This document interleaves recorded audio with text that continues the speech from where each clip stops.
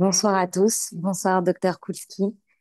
Ce soir, un sujet central qu'on va aborder avec vous, la médecine.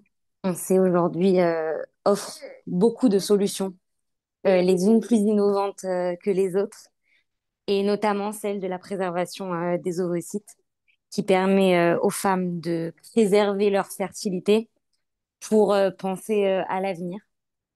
Mais voilà, on sait aussi que ces avancées scientifiques, elles soulèvent beaucoup de questions au niveau de la Torah. Et donc, c'est ce soir ce qu'on va essayer d'explorer avec vous.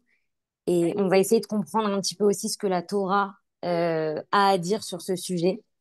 Donc voilà, entre toute la science, les découvertes et la halakha, on va avoir cette réflexion-là avec vous. Donc merci infiniment de prendre de votre temps ce soir, d'investir votre temps pour nous partager tout ça et nous permettre d'y voir plus clair. Merci beaucoup. Alors, je vous laisse Merci l'écran. beaucoup pour votre introduction. Vous m'entendez bien? Oui, on vous entend très bien et on voit très bien l'écran. C'est parfait. Donc, il est vrai que dans une période un petit peu difficile que nous vivons, parler de ce sujet paraît tout à fait secondaire, mais il faut savoir qu'on est sorti il y a quelques semaines de Shavuot et Shavuot, c'est également faire une habitation pour Dieu ici-bas dans le monde matériel et essayer d'engendrer des enfants dans les meilleures conditions. Et donc, dans ce point de vue, ça fait partie d'une étude de la Torah également de savoir que pense la Torah sur le sujet. Et pour pouvoir dire qu'est-ce que la Torah pense sur ce sujet, on va essayer de regarder un petit peu ensemble en quoi ça consiste et faut-il réellement considérer que c'est une révolution au niveau et médical et du point de vue de la Torah.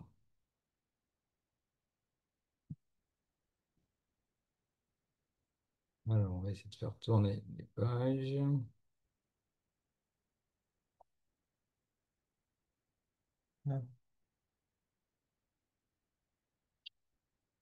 Voilà.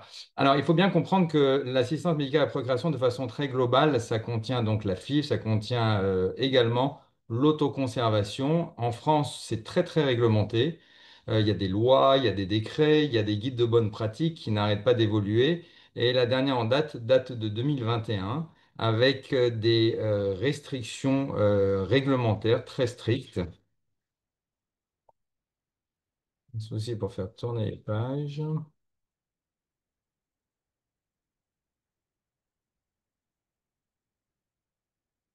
Voilà. Alors, la dernière date, en effet, du 2 août 2021 est mise en application au 30 décembre 2021, autorisant cette autoconservation. En fait, il existe deux types d'autoconservation, donc la congélation des ovocytes. Il y a l'indication, donc justement, non médicale, sociétale, et celle qui est médicale. Ce soir, on va développer principalement l'autoconservation sans indication médicale. Il faut bien comprendre que elle est en France, donc dans cette loi, réservée à des patientes à partir du moment où on a 29 ans jusqu'au premier jour anniversaire de 37 ans. C'est-à-dire qu'à partir du moment où on a dépassé l'âge de 37 ans et un jour, on ne peut plus faire cette autoconservation sans indication médicale. Évidemment, s'il y a une autre indication médicale, on pourra éventuellement rentrer en considération cet aspect-là, mais dans le chapitre qui concerne l'autoconservation sans indication médicale, on a envie, voilà, on n'a pas de conjoint, le temps avance, on a envie de mettre de côté des ovocytes, eh bien, il faut savoir qu'on ne peut le faire qu'à partir de 29 ans et jusqu'au 37e jour anniversaire. Il faut savoir que le délai actuellement, depuis 2021, a explosé dans les centres français et il faut en moyenne entre 1 an et demi et 2 ans d'attente pour pouvoir être pris en considération dans les centres.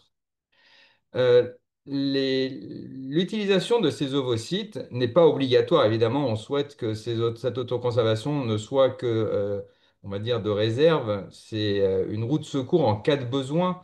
Mais ces ovocytes ne pourront être utilisés que jusqu'à l'âge de 45 ans. Pareil, quand on parle de 45 ans, c'est le premier jour anniversaire du 45e anniversaire et également du 60e anniversaire du conjoint. C'est-à-dire que si on a des ovocytes, on a enfin trouvé un conjoint, ça ne vient toujours pas, on va faire une fécondation in vitro avec ces ovocytes, eh bien on ne pourra pas les utiliser au-delà de 45 ans pour madame et 60 ans pour monsieur. La réglementation est très stricte, même pour les envois de courrier. Tous les ans, les patients reçoivent un courrier en disant qu'on a conservé ces ovocytes. Il faut savoir que si on n'a pas de réponse, alors il y a plusieurs volets. Il y a les ovocytes, il y a les embryons. C'est très complexe et en même temps très simple quand on est en activité permanente dans ce domaine. Mais il faut savoir que quand il s'agit de la conservation, eh bien, au-delà de 10 ans, sans réponse, on est en droit de détruire ces ovocytes. Donc, les patientes qui ont fait une autoconservation, il faut qu'ils répondent à notre demande, à notre envoi annuel. Et si, il n'y a pas de nouvelles, eh bien, il faut en effet rappeler le centre pour dire coucou, on est toujours là et on est toujours intéressé pour conserver les oocytes. Quand il s'agit des embryons, ce n'est pas le sujet du jour, mais c'est 5 ans. Alors, de temps en temps des conflits. En effet, au cours de relances annuelles, il y a des patients, notamment j'en ai eu une, voilà, ça c'est une copie d'un courrier reçu dans mon service, où une patiente avait donc conservé des ovocytes puis ensuite des embryons. La loi a changé en 2021, donc elle a reçu le nouveau courrier disant attention, on ne pourra pas dépasser l'âge de 45 ans. Et la patiente ne souhaitait absolument conserver ses embryons au-delà.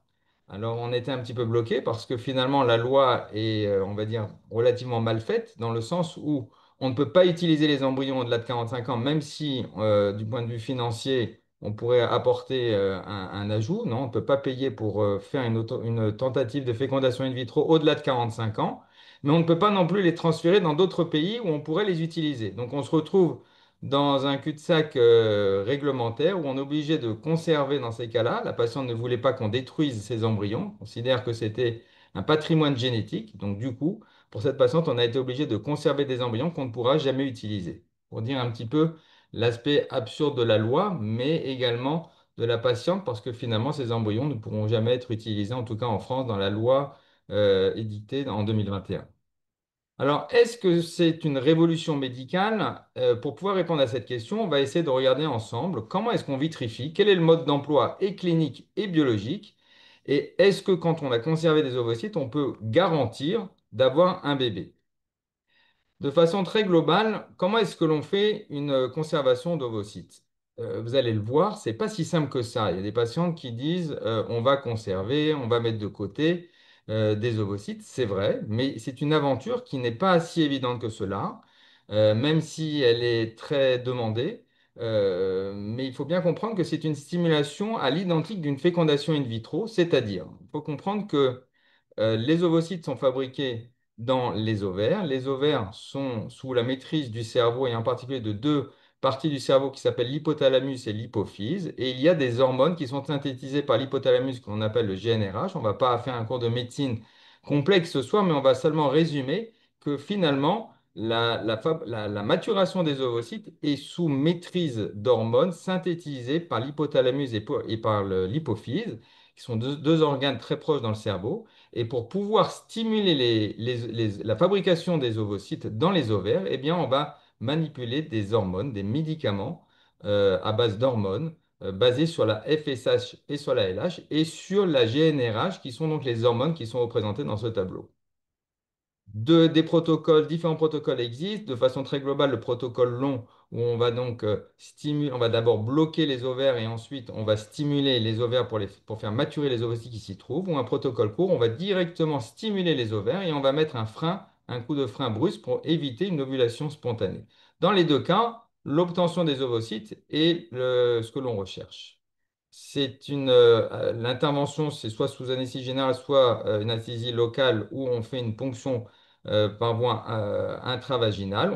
Les ovaires sont juste derrière le vagin, donc on met une sonde d'échographie et une aiguille qui est juste à côté de l'appareil d'échographie qui permet de ponctionner les ovaires qui se retrouvent juste derrière. Voici un ovaire avec les différents follicules que l'on va pouvoir ponctionner. Ensuite, on va récupérer le liquide folliculaire dans des seringues ou dans d'autres tubulures, d'autres systèmes qui vont être donc directement donnés au laboratoire. Et la manipulation se fait donc sous hotte à flux laminaire, c'est-à-dire dans un milieu le plus stérile qu'il soit, comme un bloc opératoire. Et voilà ce qu'on obtient. Ce sont des ovocytes. À gauche de l'image, on a donc un ovocyte avec toutes ces cellules nourricières tout autour. Et puis à droite, un ovocyte tel que quand on enlève toutes ces cellules, un ovocyte que l'on appelle en métaphase 2, c'est un ovocyte qui est apte à être fécondé et cela a été obtenu grâce à la maturation de l'ovocyte induit par le traitement des piqûres et des traitements que l'on a été amené à donner pour justement obtenir ces ovocytes. Une fois obtenus ces ovocytes, on va les disposer sur des petits systèmes qui permettent en fait de bien stocker les ovocytes. C'est un matériel qui est dédié pour cela et ce travail se fait sous loupe binoculaire. Et donc il y a des gouttes de culture dans lesquelles on va placer les ovocytes et qui vont permettre en fait la congélation de ces ovocytes et ensuite on le place directement sur la gouttière et ensuite placé dans de l'azote liquide à -196 degrés. Alors en quoi ça consiste? Pourquoi ces milieux de culture? En fait, ce sont des milieux de culture qui vont permettre de faire sortir l'eau de l'ovocyte et les échanger par des règles d'osmose. Donc il y a un liquide qui sort, un autre liquide qui rentre, tout ça en plaçant l'ovocyte avec un timing que l'on doit respecter au niveau du laboratoire. Donc une solution d'équilibration, ensuite de vitrification. La vitrification, c'est la congélation rapide à -196 degrés qui se fait grâce à de l'azote liquide. Et donc l'ovocyte va être dans un premier temps un petit peu déshydraté, puis réhydraté par ce milieu cryoprotecteur qui va protéger l'ovocyte quand on va être amené à le placer dans de l'azote liquide. Ça, c'est de l'azote liquide. Il vaut mieux pas mettre le doigt dedans, parce que dans ce cas-là, on perd le doigt. C'est très très froid, -196 degrés. Ça entraîne des brûlures quand on touche, quand il y a des projections. Ça, ce sont des bonbonnes dans lesquelles il y a plusieurs étages de conservation d'ovocytes ou d'embryons d'ailleurs. Comment ça se présente? Eh bien, on a donc des paillettes. Les paillettes sont évidemment étiquetées au nom de la patiente et ensuite placées dans des visotubes qui sont elles-mêmes placées dans des gobelets et que tout ça est tracé avec des numéros, avec des noms, de sorte à ce que l'on puisse retrouver sans s'inquiéter sur l'identité de la patiente, bien évidemment. Tout cela est tracé avec une très grande vigilance au niveau donc de ces bonbonnes qui contiennent de l'azote. Une fois qu'on a obtenu ces ovocytes, et à supposer qu'on en ait un jour besoin, on sera amené à donc les décongeler. On fera donc la même technique dans l'autre sens. Et ensuite, ces ovocytes vont être obligatoirement, on ne peut pas les replacer au niveau des ovaires et les remettre en contact de façon naturelle. On est obligé de passer par une fécondation in vitro, c'est-à-dire une fécondation en dehors du corps. Et pour cela, on va donc utiliser un microscope inversé qui va permettre sous l'œil microscopique et surtout l'observateur et le technicien ou le biologiste, pratiquer la micro-injection des spermatozoïdes à l'intérieur des ovocytes. Ça, c'est une image, on a l'ovocyte, donc comme je vous l'ai montré tout à l'heure, qu'on a conservé, qu'on a décongelé. Et ensuite, on va procéder à cette micro-injection. Le spermatozoïde ici est déjà placé dans la micropipette. Et c'est un geste qui demande une grande dextérité, un grand entraînement. Seules les personnes habilitées et qualifiées peuvent le faire. Il faut grosso modo 6 mois pour apprendre ce geste qui est très, très, très spécial, très spécifique. Et ensuite, on va donc micro-injecter à l'intérieur de l'ovocyte le spermatozoïde. Quand on regarde la première fois ce genre de pratique et de technique, on a l'impression d'injecter quelque chose d'immense à l'intérieur, un peu comme dans un œuf, on a l'impression d'injecter une aiguille à tricoter. C'est un petit peu le cas, mais le miracle, c'est que l'ovocyte se maintient et reprend sa forme initiale et on peut visualiser le spermatozoïde à l'intérieur. Et ensuite, il va y avoir la division de l'ovocyte qui va donner un ovocyte avec les deux noyaux qu'on appelle un zygote, puis ensuite se diviser au deuxième jour 4 cellules, 8 cellules, stade morula au quatrième jour et un stade blastocyste, donc un embryon composé de 60 à 200 cellules. C'est habituellement à ce stade-là que l'on va transférer les embryons dans l'utérus.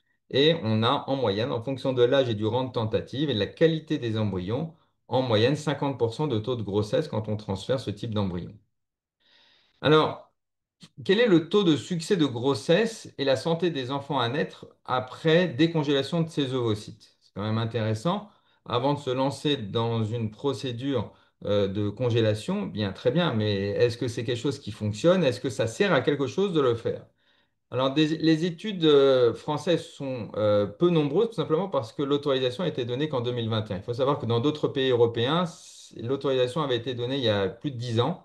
Et donc, pour avoir ce type de résultat, eh bien, on est obligé d'avoir un certain nombre recherches scientifiques sur d'autres revues en Europe, et en particulier espagnoles et italiennes, où on voit que quand on a ces ovocytes, quand on va les décongeler, on a grosso modo 8 chances sur 10 pour récupérer ces ovocytes. Donc il s'agit d'une préservation non médicale, donc c'est la troisième partie du tableau, où on voit qu'on a habituellement 83,9% dans une équipe qui est bien connue et qui est bien expérimentée de décongélation des ovocytes. En d'autres termes, on a 8 chances sur 10, 8 à 9 chances sur 10 de récupérer l'ovocyte tel qu'on l'avait avant la congélation. Très bien, on a récupéré les ovocytes, on va donc mettre en contact avec le sperme, on va avoir des embryons. Quel est le taux de succès derrière? Eh bien, grosso modo, il est autour de 50%, comme je vous l'ai dit, surtout quand il évolue jusqu'au stade J5. Le taux de grossesse est une chose, le taux d'accouchement c'en est une autre. C'est important d'avoir également le taux de naissance qui baisse parce que malheureusement, il peut y avoir des fausses couches, pas obligatoirement induites et non induites par la technique en tant que telle. Ça, on le sait, hein, les premières fécondations in vitro datent de 1978, donc ça remonte quand même à beaucoup d'années en arrière. Ça, c'est la fécondation classique. La micro-injection telle que, on l'effectue quand il s'agit d'ovocytes décongelés, eh bien, ça, c'est depuis les années 92. Donc, ça remonte aussi un petit peu. Et donc, on est quand même très rassurant au niveau et de la technique et au niveau des enfants, comme je vais vous le montrer dans quelques minutes. Alors, autre question, combien faut-il obtenir d'ovocytes pour espérer avoir une grossesse? Question très importante que souvent on nous pose. La réponse, en fait, est dépendante de l'âge. Et le cut-off habituellement retenu est celui de 35 ans. On considère que moins de 35 ans, eh bien, quand on obtient 15 ovocytes, on considère qu'on peut s'arrêter là. On a 69,8, 70% de taux de grossesse derrière grâce à l'ensemble de ces ovocytes. On peut espérer, on peut donner ce chiffre au patient en disant, voilà, madame, vous avez eu 15 ovocytes, vous avez moins de 35 ans, vous avez, en gros, si on est amené un jour à utiliser ces ovocytes, 70% de taux de grossesse. Donc, ce n'est pas 100%, mais ce n'est pas non plus 10.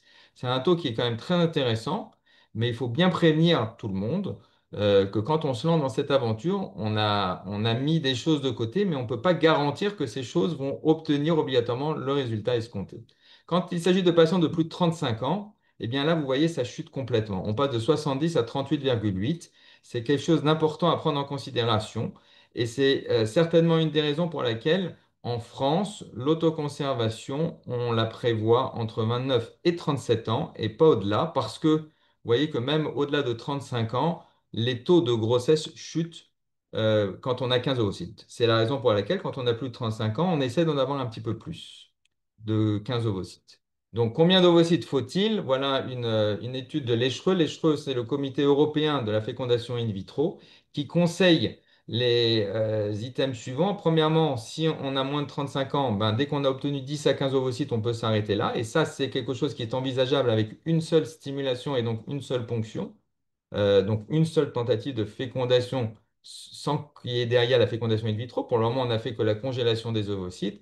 Quand les patients ont plus de 35 ans, on vise plutôt 20 ovocytes. Et pour obtenir 20 ovocytes, eh bien, plus on avance en âge, plus ça devient difficile. Donc on peut être amené à faire plusieurs tentatives de stimulation, de ponction pour récupérer ces ovocytes. Le taux de naissance, si on doit résumer, c'est entre 40 et 70% en fonction de l'âge de la patiente. Ça, c'est une autre étude qui montre à peu près les mêmes résultats. Donc, le nombre d'ovocytes matures, en fonction du nombre d'ovocytes matures, quelle est la probabilité d'avoir une naissance? On voit que, évidemment, plus on a d'ovocytes, plus on a de chances, mais plus on est jeune, on a également plus de chances. Donc, c'est le même chiffre qui ressort. Ici, c'est grosso modo, dans cette étude, on considère que si on a 10 ovocytes à 35 ans ou moins, ça suffit. On n'a pas besoin de refaire une autre tentative. En revanche, quand on a plus de 37 ans, c'est pas une publication française, puisque c'est plus de 37 ans, eh bien, il en faut bien plus. À quel âge donc faut-il envisager cette autoconservation? Ben, cette autoconservation, vous avez pu le comprendre avec ces résultats, ben, l'idéal, c'est de le faire avant 35 ans. Mais est-ce qu'il faut se précipiter dès qu'on a 29 ans et qu'on n'a pas de conjoint? La réponse est non. À partir du moment où on a un bilan correct, un bilan hormonal et une échographie correcte, il n'y a pas lieu de se précipiter dans les centres de fécondation in vitro pour faire cette préservation parce que on espère que de retrouver un conjoint avec qui on peut avoir des enfants, si Dieu veut, de façon naturelle. On n'a pas besoin obligatoirement de préserver systématiquement dès 29 ans. En revanche, le problème qui se pose, c'est que les femmes qui consultent le plus souvent ont plus de 35 ans. Et dans ces cas-là, évidemment, on va essayer de leur proposer cette préservation ovocytaire rapidement. En France, avant 37 ans, dans d'autres pays, ça peut dépasser même les 40 ans. Mais il est vrai aussi que plus on avance en âge, moins on obtient d'ovocytes et moins les ovocytes sont de bonne qualité. Donc on se retrouve devant une situation ambiguë où il ne faut pas se précipiter d'un côté. Et d'un autre côté, il ne faut pas non plus attendre la dernière minute. Comment vont les enfants issus de la fécondation in vitro, issus d'une congélation d'ovocytes? Alors, encore une fois, on regarde dans d'autres pays européens où ils ont une expérience bien plus importante qu'en France. Encore une fois, 2021, c'est récent. 2007 en Espagne. Eh bien, tout le monde est rassurant sur les publications, que ce soit des comités d'éthique, que ce soit des Genetic Reproduction Medical Center, qui sont des centres d'observation au niveau des résultats génétiques des enfants nés issus de la fécondation in vitro. Et tout le monde est d'accord pour dire qu'il n'y a pas plus d'anomalies et de malformations chez les enfants issus d'une congélation d'ovocytes et de fécondation in vitro. Est-ce qu'il y a un risque de faire cette autoconservation? Est-ce que c'est un risque de faire une stimulation pour autoconserver ces ovocytes? Eh bien, on a tendance à dire dans tous les centres que le risque zéro n'existe pas.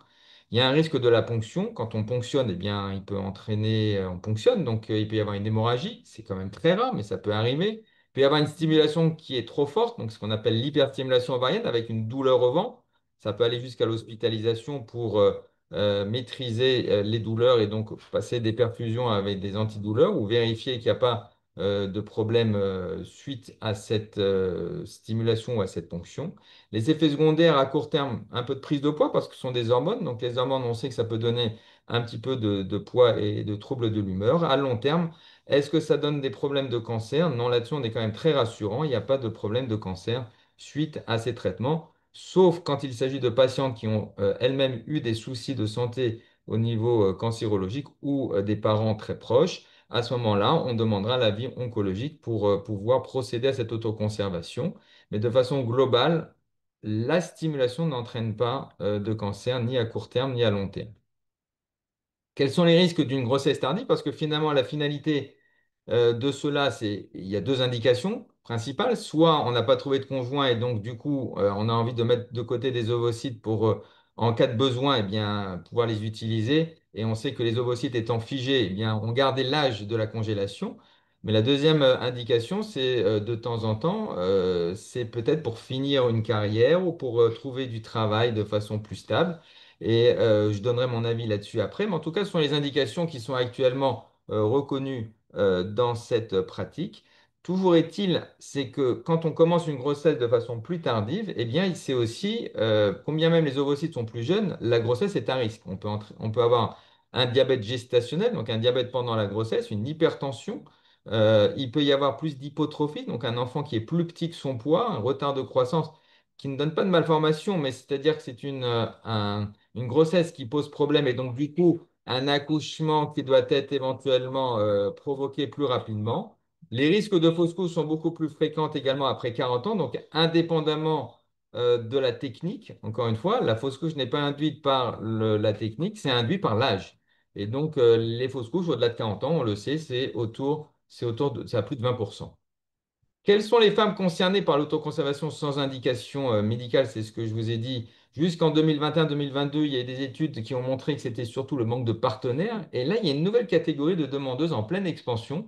C'est les femmes qui sont en couple, mais pour elles, ce n'est pas le moment et elles pensent que, bien, on va mettre de côté. C'est un petit peu comme on met un peu d'argent à la banque, sauf qu'on a oublié qu'il peut y avoir une diminution de la valeur de l'argent, des crises monétaires et de ce fait, l'argent n'a plus de valeur. Et donc, la même chose quand il s'agit de mettre de côté des ovocytes, eh bien, c'est vrai que cette nouvelle catégorie prend un essor très important ces dernières années.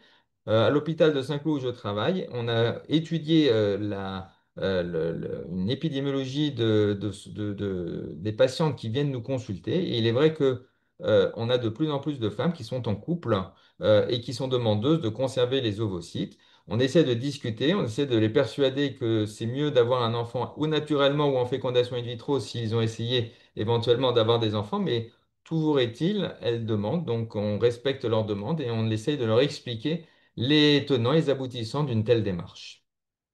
Ça, c'est une étude qu'on avait donc menée montrant que il y a de plus en plus de patientes qui ont une, une origine socio-économique importante et qui considèrent que avoir des enfants peut être retardé.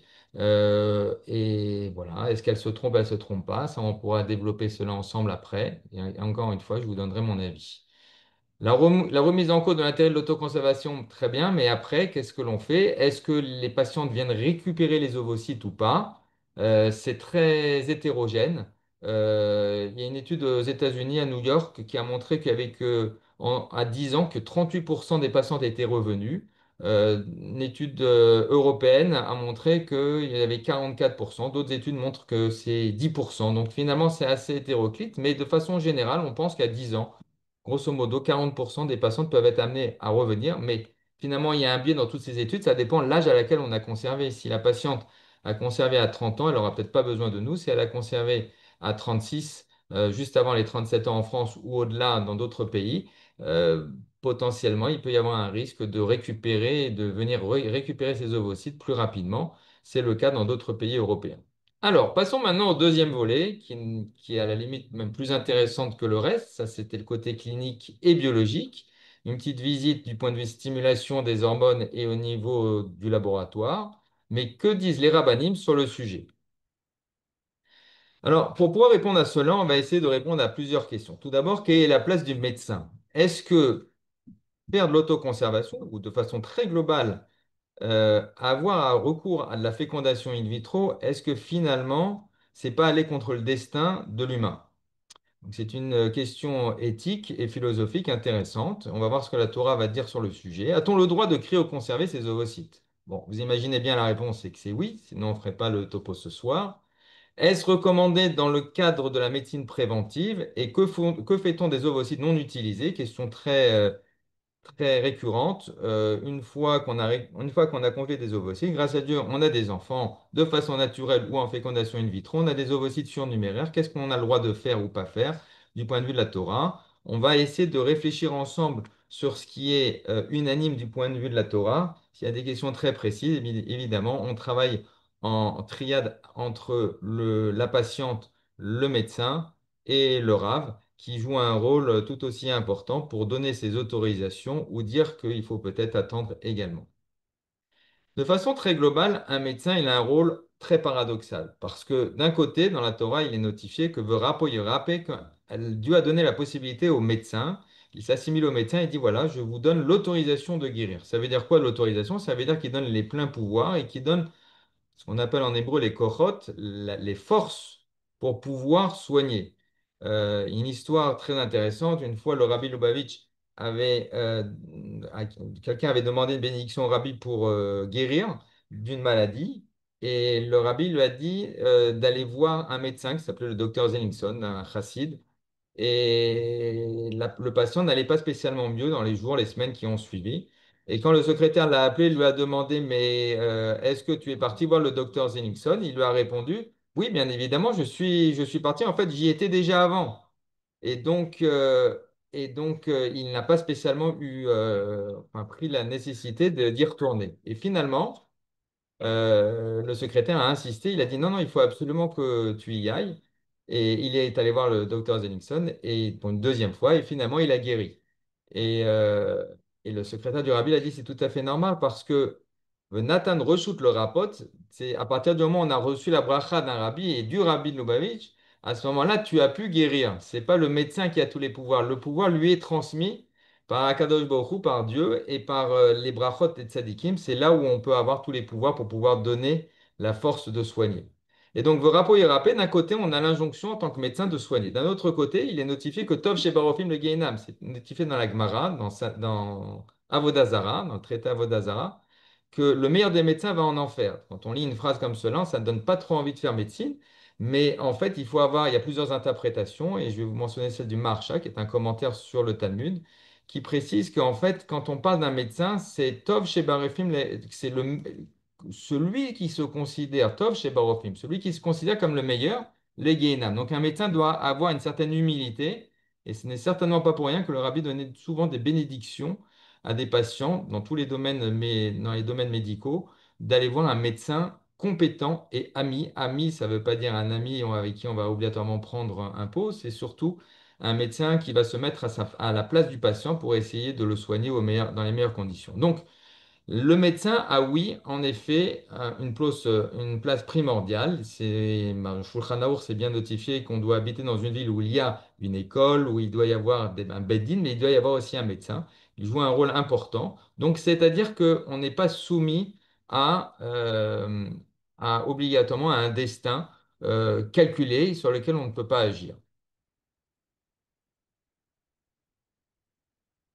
Le modèle de médecin, c'est vrai que Maïmonide en fait partie. Il était rave, il était philosophe, il avait beaucoup de qualités, mais il était également médecin. Et dans son emploi du temps très chargé, il explicite comment est-ce qu'il faut comment il faut soigner les patients. Et c'est vrai que quel que soit le domaine, c'est important d'avoir comme référence des rabbinim et des tzadikim qui ont également exercé la médecine, et Maïmonide en fait partie.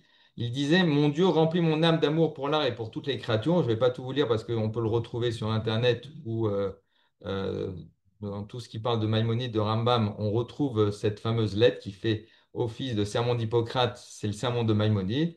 Et il dit, Fais que je ne vois que l'homme dans celui qui souffre, car grand et sublime sont les recherches scientifiques qui ont pour but de soigner la vie de toutes les créatures. Prête-moi, mon Dieu, l'indulgence, la patience. Fais que je sois modéré dans tout. Voilà quelques exemples de son texte. Donc, a-t-on le droit de conserver ces ovocytes? Deuxième question, la réponse est oui.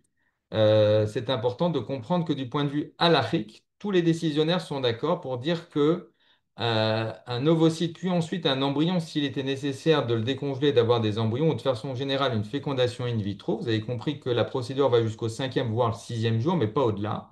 Or, la Torah considère que jusqu'à 40 jours, ce sont des gamètes ou des embryons qui n'ont pas de vertu d'être humain au sens humain.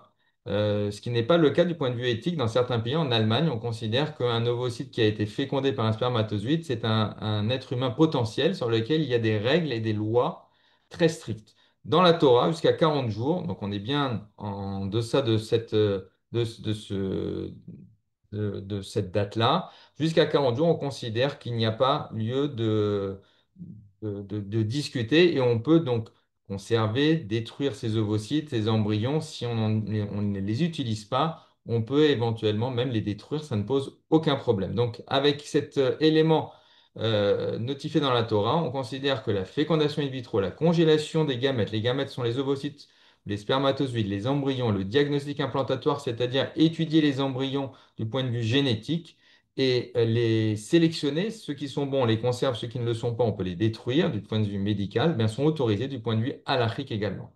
Une petite parenthèse importante, parce que je ne veux pas que ça prête à confusion. On a dit que jusqu'à 40 jours de gestation, il n'y a pas de problème au niveau de la conservation ou de la destruction de ces ovocytes. Il faut faire une part des choses entre des ovocytes qui sont conservés dans un laboratoire de fécondation in vitro et un ovocyte ou un embryon pour lequel on va dire, si c'est jusqu'à 40 jours, eh bien, on peut faire une interruption volontaire de grossesse. C'est une parenthèse que j'ouvre et que je vais rapidement fermer parce que ce n'est pas le sujet de ce soir. Combien même c'est avant 40 jours, eh bien, c'est pas la même chose. Avoir un embryon qui est attaché déjà à la muqueuse utérine ou un embryon qui se retrouve dans une bonbonne d'azote. Donc l'interruption est interdite, la conservation, la destruction d'un embryon au laboratoire est permise. Est-ce recommandé dans le cadre de la médecine préventive, du point de vue de la Torah? Eh bien, il faut savoir que la Torah est très en faveur de la médecine préventive. Il faut savoir qu'il a fallu attendre les années 80 pour parler de médecine préventive dans le monde, et en particulier en France. Le rabbi, dans les mêmes années, avait déjà initié la médecine préventive. Il avait même rassuré les médecins en disant que même quand Mashiach viendra, il ne faut pas se soucier de la parnassa parce qu'on sera amené à faire de la médecine préventive et vérifier que tout va bien. Donc, la santé préventive, c'est important. Et on le voit déjà dans le premier verset de la Torah. Il est notifié Bereshit bara Elokim et hashamayim et haaretz. Au début, Dieu a créé le ciel et la terre, mais L'explication chassidique et du Baal Shem Tov consiste à dire Bereshit au départ, bara dû à créer, mais bara ça peut aussi se lire Beriout, la santé. La santé, c'est quelque chose de primordial auquel la Torah donne beaucoup d'importance. Dans le Shulchan Aruch également, dans le livre de code de loi, on voit qu'il est capital d'avoir une grande attention à sa manière de se comporter. Et le Shulchan Aruch nous mentionne comment est-ce qu'il faut faire, qu'est-ce qu'il faut manger, qu'est-ce qu'il ne faut pas manger, comment est-ce qu'il faut se conduire, est-ce qu'il faut faire du sport, etc. Donc c'est quelque chose qu'il faut bien prendre en considération et que la santé matérielle et spirituelle sont intimement liées. Donc, si on se résume, le judaïsme est favorable, oui, à la congélation des ovocytes, oui, mais pas à n'importe quelle condition. Au même titre que la fécondation in vitro, on a le droit de faire une fécondation in vitro, mais comme j'ai l'habitude de le dire, oui pour un enfant, mais pas à n'importe quel prix. On ne peut pas faire n'importe quoi parce qu'on a envie. On ne fait pas de caprice dans ce genre de situation et il faut demander l'autorisation à un rave. Et le RAV, normalement, donne l'autorisation dans la plupart des conditions.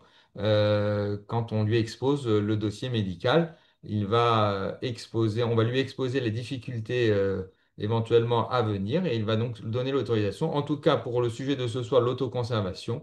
En Israël, ils ont été très promoteurs en la matière et c'est les rabbinim qui poussent même les patientes à conserver les ovocytes. Et donc, c'est quelque chose qui est important à prendre en considération. Donc, faut-il congeler systématiquement les ovocytes? Non. Moi, je préfère, et on va le revoir dans quelques minutes, c'est que congeler les ovocytes quand on a un bilan hormonal défavorable, oui, certainement, il faut y penser. Donc, à partir du moment où on sait que dans la famille, il y a eu des difficultés pour concevoir, ou bien qu'il y a eu ce qu'on appelle des ménopauses précoces, on peut faire un bilan hormonal sans stresser et voir un petit peu ce qui va advenir. En tout cas, ce que je veux qu'il ressorte de ce soir, c'est que, faut pas s'inquiéter et il ne faut pas obligatoirement consulter dès 29 ans. C'est pas le but. Le but, c'est pas de congeler à 29 ans, sauf encore une fois, cas particulier sur lesquels sont des éléments où on a quand même des éléments avant-coureurs. La deuxième chose, il ne faut pas non plus attendre 36 ans et 11 mois et m'appeler en disant, Docteur Kulski, comment est-ce que je fais pour congeler les ovocytes? Je sais que les rendez-vous, c'est dans un an. Est-ce que vous pouvez me trouver une place? C'est trop complexe pour prendre en considération toutes les demandes de dernière minute. On l'a déjà fait, mais c'est pas évident. Et comme je vous l'ai dit, c'est pas obligatoirement une seule stimulation. Il peut y en avoir de temps en temps deux. Donc, il faut pouvoir les placer dans le timing et opérationnel au niveau professionnel pour vous et également au niveau de l'activité d'un service de fécondation in vitro où l'activité de taux conservation augmente de façon très importante au détriment de la fécondation in vitro. Donc l'activité explose actuellement dans tous les centres, mais il faut bien prendre en considération qu'il ne faut pas attendre la dernière minute. Donc il y a un juste milieu. Ensuite, on a dit que du point de vue de la Torah, on a le droit de le faire, c'est recommandé. Pas dans n'importe quelle condition, c'est recommandé à condition de ne pas avoir de conjoint. Si on a un conjoint, les rabbinim ne donneront pas l'autorisation de le faire. Là, c'est complètement différent. Avoir un enfant dans les conditions naturelles, c'est quand même bien, bien mieux apprécié par tout le monde. Et même nous, pour les équipes de fécondation in vitro, on ne fait pas de la fécondation in vitro à partir du moment où on rentre dans notre service, heureusement. Donc, ce qui est important à prendre en considération, c'est qu'il faut, oui, il y a cette possibilité en France et ça, c'est une chance. Avant, il fallait aller à l'étranger. Est-ce que c'est autorisé? Oui, sous certaines conditions qu'on vient de développer. Et est-ce qu'on peut aller n'importe où? Est-ce qu'on va au plus près? Est-ce qu'on va au plus offrant au niveau du timing? Voilà, j'ai tel endroit et j'ai la possibilité de le faire. Est-ce que j'ai le droit de le faire dans n'importe quel endroit? C'est ce qu'on va développer maintenant. La Torah donc est source de vie et d'enseignement. On a le droit de le faire, mais il faut des conditions. Il faut être sûr que c'est donc une nécessité médicale ou plutôt une nécessité de conjoint, là, c'est pas une nécessité médicale au sens médical du terme, mais au sens d'une nécessité, on n'a pas de conjoint, donc automatiquement, on a bien besoin de mettre de côté ses ovocytes. Et la deuxième importance, le deuxième élément sur lequel les rabbinim nous demandent de bien vérifier les choses, c'est de vérifier qu'il n'y a pas de mélange de gamètes. Alors, est-ce qu'il y a un risque de mélange? Je rentre dans le vif du sujet, c'est important d'en parler. Et de ce fait, il faut savoir qu'en France, il y a une certaine éthique. Cette éthique est gravée dans les arrêtés et dans les décrets, puisqu'il y a ce qu'on appelle le dispositif d'AMP vigilance. De quoi s'agit-il? Tout incident, tout effet indésirable, eh bien, doit être notifié, doit être déclaré à l'agence de biomédecine, qui est l'agence ministérielle qui prend acte de tous ces éléments-là. Or, il s'avère, vous allez pouvoir le constater, donc on a un rapport annuel. On a toujours 2 ans de retard par rapport à ce qui s'est passé parce qu'on a besoin de voir, d'avoir la fécondation in vitro et puis ensuite 9 mois de grossesse puis l'accouchement. Donc il y a toujours 2 ans de retard par rapport au rapport annuel. Donc le dernier va sortir là, 2023, mais celui-ci est de celui de 2022 et vous pouvez voir qu'il y a dans ce tableau donc les différents incidents déclarés et on peut voir en effet anomalies lors du processus d'identification. Il y en a eu 10 en 2022. En 2021, hop, il y en a eu 8. Ça, c'est les déclarations, on va le reprendre. J'ai sauté un. 2021, 15. 2020, il y en a 8. Donc, en moyenne, on a toujours une dizaine où il y a des problèmes d'identification. De quoi s'agit-il quand il s'agit d'identification? C'est soit un problème d'étiquetage, quand il y a des fonctions.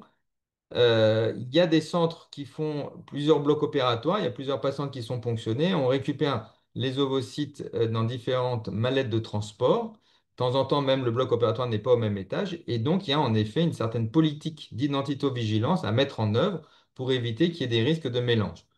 J'ai, grâce à Dieu, moi personnellement, pas ce risque-là, puisque j'ai qu'un seul bloc opératoire. C'est à échelle humaine. Et donc, quand on commence une patiente, on finit la ponction. Les ovocytes sont rangés dans les milieux de culture et ensuite sont placés dans les milieux de culture. Et ensuite, on arrête et on commence une deuxième ponction pour une deuxième patiente. Donc, ça dépend un petit peu. Chaque service, chaque chef de service doit mettre en œuvre une politique d'identitovigilance. Il y a même des machines qui permettent maintenant d'identifier que c'est bon, avec des puces RFID ou infrarouges qui permettent de vérifier que qu'on est en train de bien travailler sur la ponction de telle patiente et pas une autre.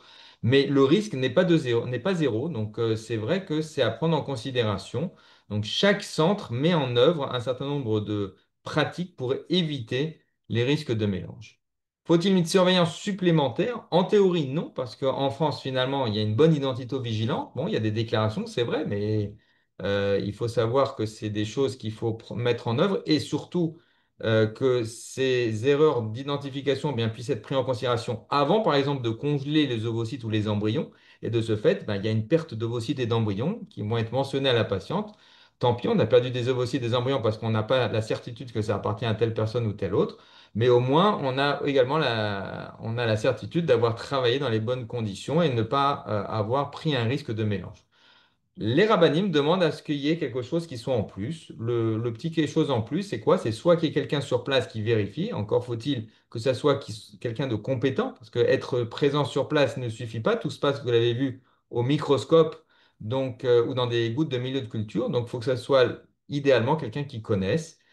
Personnellement, c'est moi qui m'en occupe, les techniciennes techniques, moi je suis derrière, mais il est vrai que dans les autres centres, chaque centre, encore une fois, a mis en œuvre, que ce soit juif ou non juif, une procédure de bonne pratique pour éviter les problèmes des risques de mélange. Donc, pourquoi dans le judaïsme c'est tellement important? Du point de vue personnel, on le comprend très bien, c'est légitime, mais dans le judaïsme, parce qu'il y a un important de la filiation. On sait que la mère transmet la religion et c'est le père qui transmet l'identité. Donc, on a besoin véritablement d'avoir l'origine, les tenants et les aboutissants d'une telle démarche. Alors, on a posé également la question, que fait-on de ces ovocytes non utilisés? On a congelé des ovocytes, le rabbin nous a autorisé à congeler, on ne les a pas utilisés, ou on les a utilisés, mais grâce à Dieu, on a eu ce qu'il faut. On a des ovocytes ou des embryons surnuméraires. Qu'est-ce qu'on a le droit de faire et de ne pas faire? Détruire, on a dit qu'on avait le droit.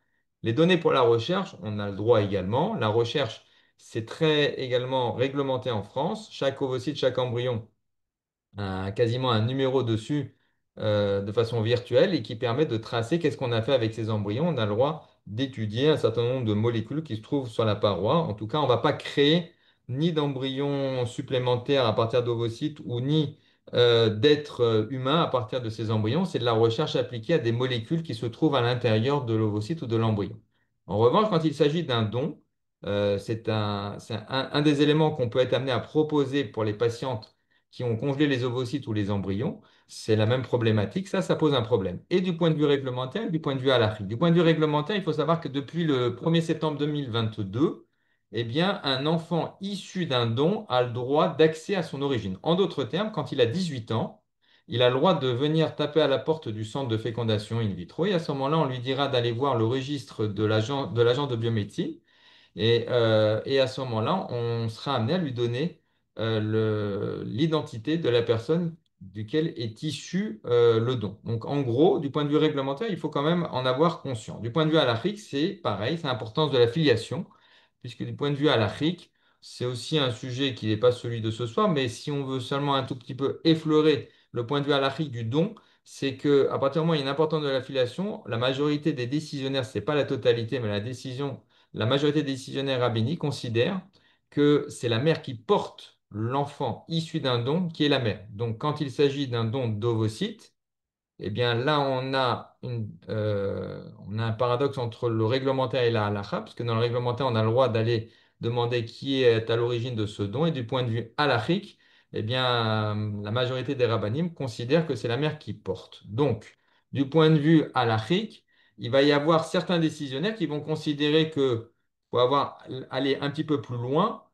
Finalement, qui est la mère halachique, mère génétique, mère porteuse, les deux à la fois ou aucune, du point de vue halachique, eh bien, on considère que c'est la mère qui porte, mais avec un certain nombre d'aspects qu'il faut prendre en considération, que après un décès, est-ce qu'il faut porter le deuil de la mère biologique ou de la mère génétique? Est-ce que quand il s'agit d'un Cohen ou d'un Lévi, pour le papa, est-ce qu'il y a un pidyon aben, pas de pidyon aben? Au niveau du respect, dans les 10 commandements, il faut respecter ses parents. Qui faut-il respecter? La mère biologique ou la mère génétique? Certains considèrent qu'il faut respecter les deux. Donc, il y a quand même un élément important à prendre en considération. Donc, si on veut se résumer, le rôle du médecin que nous sommes, c'est d'informer les nouvelles technologies disponibles. Et je considère qu'en effet, c'est une révolution. La possibilité de congeler les ovocytes et l'autorisation qui nous a été faite en France de pouvoir l'effectuer est en effet, pour moi, une révolution. Mais elle ne peut pas garantir à 100% les résultats. Quand est-ce qu'il faut le faire? Eh bien, on ne se précipite pas à 30 ans, mais d'un autre côté, il ne faut pas non plus attendre les 37 ans, puisqu'on ne peut plus le faire. 37 ans et un jour, on ne peut plus le faire. 36 ans, il faut prendre un peu de recul. Moi, je considère qu'à partir de 34-35 ans, quand le bilan hormonal, tout est bon et qu'il n'y a pas des cycles, et qu'il y a des cycles réguliers, qu'il n'y a pas de soucis de santé au niveau gynécologique, il n'y a pas lieu de se précipiter. Et j'encourage toutes les demoiselles qui nous écoutent à essayer de se concentrer et à embêter les amis et les chatranim, les présentateurs, pour essayer de retrouver l'âme sœur. Ça, c'est ce qui est, à mon avis, de plus important. Et c'est à prendre en considération. Faire une autoconservation, c'est certaines patientes considèrent qu'elles ne sont pas patientes, elles sont clientes. On a l'impression de rentrer dans une banque ou dans une épicerie et on demande 10 ou 15 ovocytes.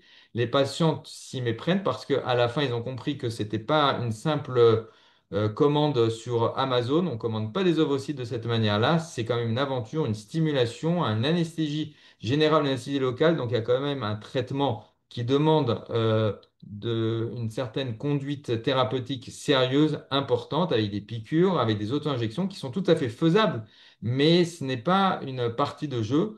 Et il est toujours préférable, quand on est en couple, d'essayer d'avoir des enfants naturellement. Quand on n'y arrive pas ou quand on ne veut pas tout de suite, ben, de congeler les embryons plutôt que de congeler les ovocytes. Donc, encore une fois, la halakha nous dit qu'on peut le faire, mais on ne peut pas le proposer pour ces indications. La plupart des rabbinim n'autorisent pas de congeler les ovocytes pour le principe qu'on doit finir un examen ou qu'on doit finir une carrière ou qu'on doit commencer une carrière plutôt. Il faut pas vendre du rêve. La préservation ne solutionne pas tous les problèmes. C'est une très belle option.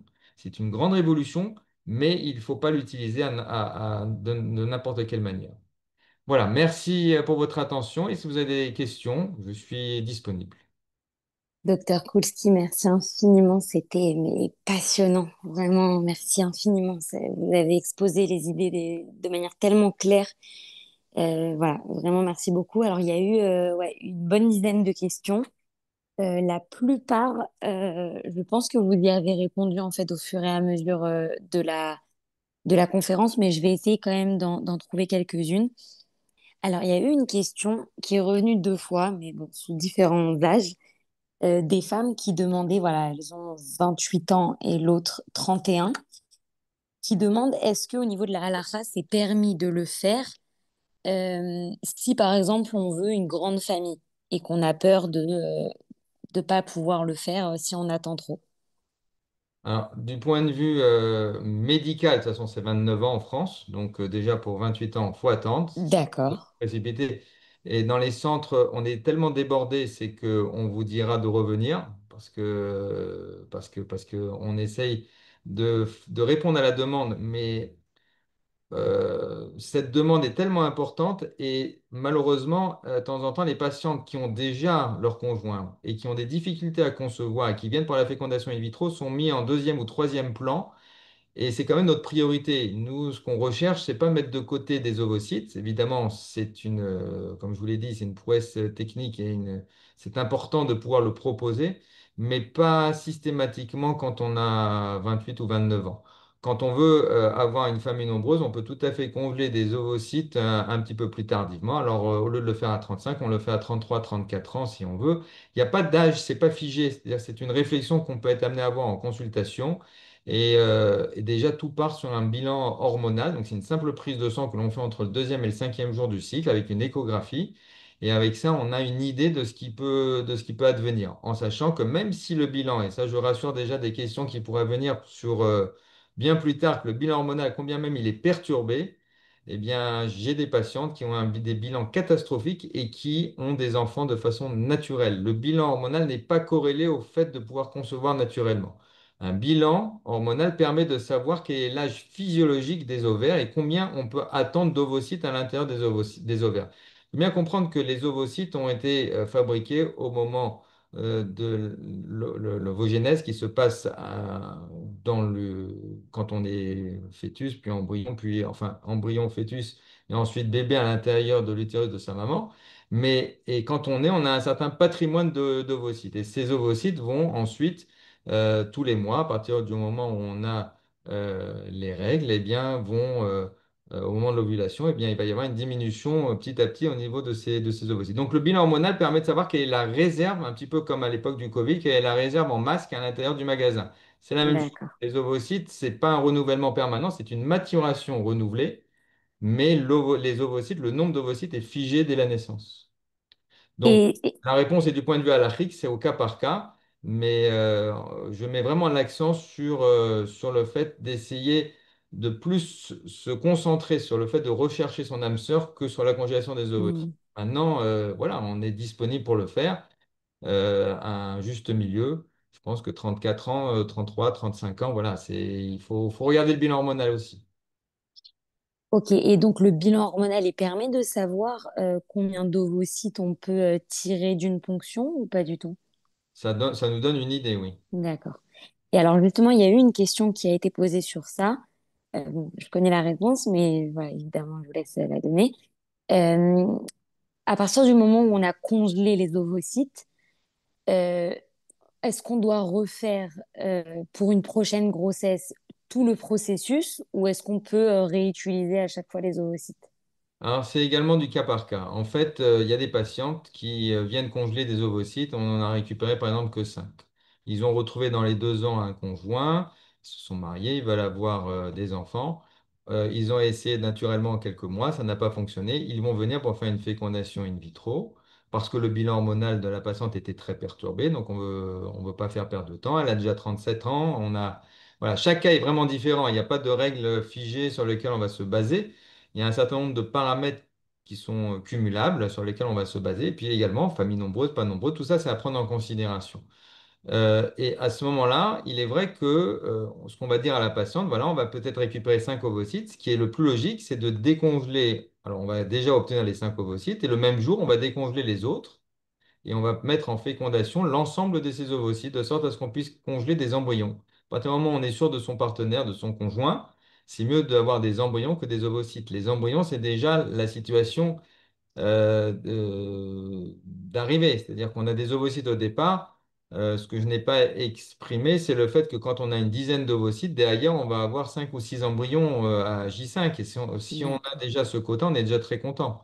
Donc, il n'y a pas de. Ces 10 ovocytes ne correspondent pas obligatoirement à 10 embryons. De façon globale, on obtient en gros un ou deux embryons pour 3, 4 ovocytes au départ.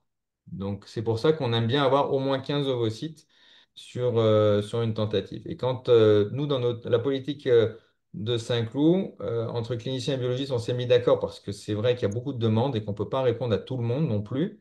On considère qu'à partir du moment où on a 15 ovocytes, on considère qu'on a mené à bien notre travail et on ne refait pas d'autres congélations, sauf exception. Mais normalement c'est 15 ovocytes ce que l'on vit, c'est 15 ovocytes.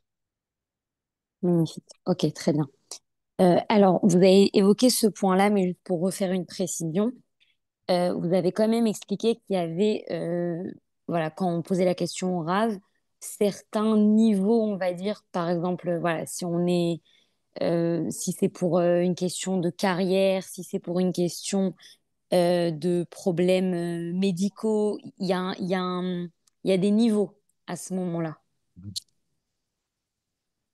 Du point de vue médical, les autorisations seront habituellement données. On n'a pas du tout évoqué, c'est Oui, pas le sujet de ce soir, évidemment, oui. de préserve de temps en temps des préservations obligées, des préservations d'urgence dans des maladies de cancer. De temps en temps, de l'endométriose sont des maladies qui peuvent empêcher ou donner des difficultés à concevoir naturellement ou en fécondation in vitro parce que c'est du tissu d'endomètre qui vient se situer à des endroits qui n'ont pas l'habitude d'être, notamment dans les ovaires. Donc ça prend de la place automatiquement, il y a moins d'ovocytes. Dans ce genre de situation, on peut aller au-delà de 37 ans, on peut même aller jusqu'à 43 ans. Premier jour anniversaire de 43 ans. Donc c'est un autre chapitre, la préservation médicale. Et là, les autorisations et médicales et alariques vont dans le même sens. C'est du médical. Donc le médical, Verapo Yorapé, Dieu a donné la possibilité d'aller agir et pouvoir essayer de rendre ce service-là. Parce que on rappelle que pour vous, la mitzvah d'avoir des enfants est la mitzvah primordiale de la Torah. Donc, on en est bien conscient, encore une fois, mais pas à n'importe quel prix, pas n'importe comment. Donc, il faut pouvoir répondre à un certain nombre de critères. Donc, le médical, normalement, ne pose pas de problème. Dans le sociétal ou non médical, c'est la même chose. Là, on prend en considération, attention, pourquoi vous voulez congeler des ovocytes? Est-ce que c'est pour votre ego, pour votre carrière, ou est-ce que c'est parce que D'accord, vous n'avez pas trouvé de conjoint? C'est pas du tout la même chose. c'est ça, ok. J'ai le souvenir d'une patiente, c'était un membre de ma famille éloigné, qui m'avait dit je veux 3 enfants, c'était programmé, je veux que ça soit au mois d'août parce qu'au mois d'août, ma Ah belle-mère oui, ne travaille pas. Je ne plaisante pas, c'était vraiment sa phrase. waouh, Et prenait sa retraite, donc elle pourrait s'occuper. Cette patiente-là a eu 2 grossesses extra-utérines. On lui a enlevé la trompe d'un côté, l'autre côté, on lui a préservé. Grâce à Dieu, elle a eu des enfants après, naturellement. Mais il n'y a pas de la programmation. Quand on a des enfants, il faut savoir remercier Akadosh Baruch Hu. On remercie Dieu, on ne remercie certainement pas suffisamment Akadosh Baruch Hu, Dieu dans ses bienfaits. Mais la santé, c'est primordial. Et avoir des enfants, c'est la seule mitzvah dans la Torah où Dieu donne la possibilité de créer. Ex nihilo, de rien, on arrive à fabriquer quelque chose. Donc, c'est pas de la programmation. Moi, je considère qu'avoir des enfants, il faut jamais oublier qu'il y a la présence divine à l'intérieur de cette conception et de ce projet. d'accord, très bien. Juste avant de continuer, une personne qui me demande de vous contacter en privé. Vous pouvez être, on peut Oui, vous trouver facilement sur Internet. sur Doctolib, il n'y a pas de problème. À l'hôpital de Saint-Cloud, je consulte Voilà, ces magnifique. semaines. Donc, Alors, votre on continue question, si vous... Oui, il y a dites-moi. une AMH à 0,01, c'est sur le Oui, chat c'est ça que général. j'allais vous dire. Peut-on congeler des ovocytes? Alors, il faut déjà, contrôler cette AMH. Il faut voir les unités parce qu'il y a 2 types d'unités, les nanogrammes par ml ou les picogrammes, donc les picomoles. Donc, ça dépend un petit peu de l'unité. Mais normalement, quand la AMH est vraiment très très basse, malheureusement, on ne peut pas congeler les ovocytes. Pas parce qu'on ne veut pas parce qu'on est gendarme ou parce qu'on a des règles sur lesquelles on se base. C'est tout simplement parce que malheureusement, dans ce genre de situation, c'est l'exemple que je vous ai donné tout à l'heure, mais là avec un exemple concret d'une patiente ou d'une demande. L'AMH très basse, on ne peut pas stimuler parce qu'il n'y a plus de réserve. Dans l'ovaire, il y a pas suffisamment d'ovocytes pour être stimulé. En revanche, même si on a une AMH très basse, on peut avoir des enfants naturellement. Quand on est jeune, avec une AMH basse, on peut avoir plus de chances de grossesse qu'une patiente de 43 ans avec des embryons qui sont morphologiquement corrects au microscope, mais intrinsèquement parlant, qui sont moins bonne qualité qu'avec une AMH basse. Je répète, une AMH basse n'est pas incompatible avec une grossesse spontanée. En revanche, avec une stimulation, c'est beaucoup Mm. plus difficile parce qu'on a besoin d'aller extirper les ovocytes des ovaires et ça, il nous faut une réserve. Ok, magnifique. Alors, bon, la question sur les cancers, vous l'avez abordé après, mais donc il n'y a pas forcément un risque plus élevé, sauf s'il y a une génétique ou des antécédents ou tout ça. Exactement. Il y a une patiente qui a déjà eu malheureusement une maladie gynécologique, un cancer gynécologique, et qu'il est hormonodépendant, c'est vrai qu'on évitera de Mhm. lui donner des hormones, même si c'est pas très long. Alors, il y a d'autres protocoles, d'autres solutions qui peuvent être proposées. Et tout cela n'est jamais décidé par une seule et unique personne, c'est une équipe, et souvent, on demande l'avis de l'oncologue dans ce genre de situation. Ok, Il y a des autorisations qui sont faites de temps en temps quand la patiente est guérie au-delà de 5 ans. On peut être amené de temps en temps à donner des stimulations courtes avec des doses pas trop fortes pour essayer de récupérer des ovocytes. ok, docteur. Alors, pour conclure, il y a eu quand même pas mal de questions qui ont été posées sur ça. Donc, voilà, en conclusion, je pense que c'est bien. Voilà, quel conseil vous donnerez? Comment vous pouvez donner du rizouk aux personnes qui sont dans ce parcours-là? Alors, ça a été posé aussi sur tous les parcours PMA, tout ça, donc je sais que c'est aussi votre domaine. Donc voilà, si vous pouvez donner un conseil pour que le parcours il soit peut-être plus agréable et qu'on continue d'y croire, ce serait super. Alors, je pense que c'est pas moi qui le dis, c'est la Torah, c'est la santé physique et spirituelle sont intimement liées. Et donc, bien évidemment, et ça, je fais confiance à celles qui nous écoutent, c'est que tout ce qui est amené à être fait, je suis persuadé que vous allez faire le maximum de votre côté. De temps en temps, on oublie le côté spirituel. Et le côté spirituel, c'est intimement lié avec le côté matériel. C'est Dieu qui décide de tout. Et donc, il y a des fois, on ne comprend pas les faits cachés d'Akadosh Baruch Hu, de Dieu. Mais à partir du moment où il y a une épreuve, cette épreuve, eh bien, pour la surmonter, il ne faut pas oublier qu'il y a les deux aspects. Et donc, la leçon de ce topo ce soir, c'est non seulement de faire le maximum du côté matériel, du côté physique. Oui, on a cette possibilité de congeler. Les rabbinim le proposent même à des patients en Israël, ils le font depuis très très longtemps. En France, on a cette chance depuis 2021 de le faire sans aller à l'étranger, donc c'est quand même une chance, à mon avis, importante et intéressante qu'il faut faire connaître, à mon avis. Ne pas se retrouver à 40 ans en disant, mais mince, j'aurais pu congeler et je ne l'ai pas fait. Donc il faut, oui, le faire. Également, le chizouk du point de vue spirituel, se rattacher à nos valeurs de la Torah. On sait que le rabbi donnait beaucoup d'importance dans les cours de Torah. C'est ce que vous faites ce soir et bravo à votre association. Euh, et ça, c'est quelque chose de très important. Donc, j'encourage ce genre de cours et des cours même à viser que Torah et que de Limoud, que d'enseignement de la Torah. Et également de se renforcer dans un certain nombre de choses. On sait que le rabbi demandait souvent de faire attention d'allumer les bougies à l'heure, de mettre de la tzedaka pour les femmes Shabbat, de faire vérifier pour les hommes, de faire vérifier les tefilines, les mezuzot de la maison, de participer à des cours de Torah et en particulier de pureté familiale. Tout ça, ça ne peut que encourager et apporter un peu plus de lumière spirituelle chez soi. Et une fois, et même on peut le voir sur Internet, sur Gem notamment, sur le site de Gem, qui est le site de vidéos, un des sites où on voit des vidéos rapides du rabbi, quelques minutes, où on voit des femmes, des jeunes filles passer en disant je ne trouve pas de bon parti. Et le rabbi de les bénir en disant est-ce que vous allumez les bougies de Shabbat? Non, ce n'est pas mon habitude. Eh bien, c'est dommage parce que ça peut apporter beaucoup de lumière à la maison. Je ne veux pas faire de révolution à la maison et des minagim qui sont chez les uns ou chez les autres, mais ce genre de choses peuvent être apportées et en tout cas faire savoir que le côté spirituel a tout autant d'importance que le côté matériel dans ce genre de procédure. Bon, merveilleux. Je pense que c'était le mot de la fin qu'il fallait qu'on entende tous. Merci infiniment. C'était fascinant. Merci d'avoir pris de ce temps. Et, Avec euh, plaisir. et voilà, si les personnes veulent vous retrouver, vous êtes disponible encore une fois Il n'y a pas de sur problème. De toute Internet. façon, il faut savoir qu'en France, il y a une quarantaine de centres qui font de la préservation. Après, moi, je travaille que dans un seul endroit, malheureusement. Je ne me suis pas cloné encore. Mais voilà, après,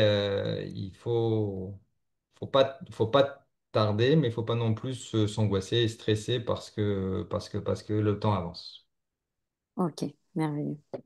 Merci beaucoup, docteur. Il n'y a pas de quoi, bonne soirée, Chabot. Bonne soirée.